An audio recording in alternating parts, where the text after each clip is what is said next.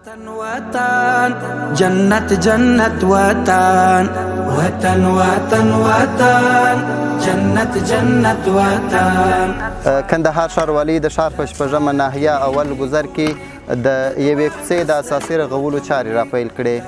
دغه کوڅه چې تقریبا 350 متره اوږدوالی او 7 متره بردوالی لري، دواړو طرفونو ته د 600 متره په اوږدوالي سره چرۍ په اساسي ډول رغول کیږي. د دغه کوڅې د اساسي رغولو چارې چې اوس فعلا را شروع شوې، ټولې رغنیزې چارې به تقریبا د 4 میاشتو څخه په کمه موده کې بشپړې شي او په دغه ستره رغنیزه پروژه کې تقریبا هر ورځ 88 کسانو ته په غیر فني ډول او 7 کسانو ته په فني ډول د کار کولو زمینه برابره شوې ده.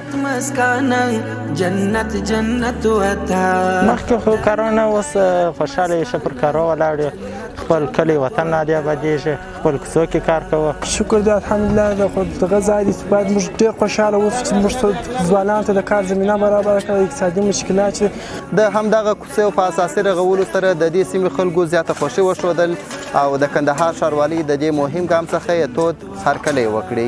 دا د ډېر خوشحالي ځای دی چې نن موږ د دغه منطقې د سړک د افتتاح خواره کې موږ راټول شوي یو او دا سړک افتتاح کېږي. په دې باره کې نو ما چې ستاسې ډېرې هلې ځلې وکړلې چې دغه سړک جوړ شي. څو واره ښاروالۍ ته ودایې ته مراجعه وکړله، بالاخره خدای تعالی جل جلاله فضل یادي هغه د نن یاد وینو چې عملي کار شروع شو الحمدلله. دا کلی او ښارونه جنت جنت وطن د پاکې مینې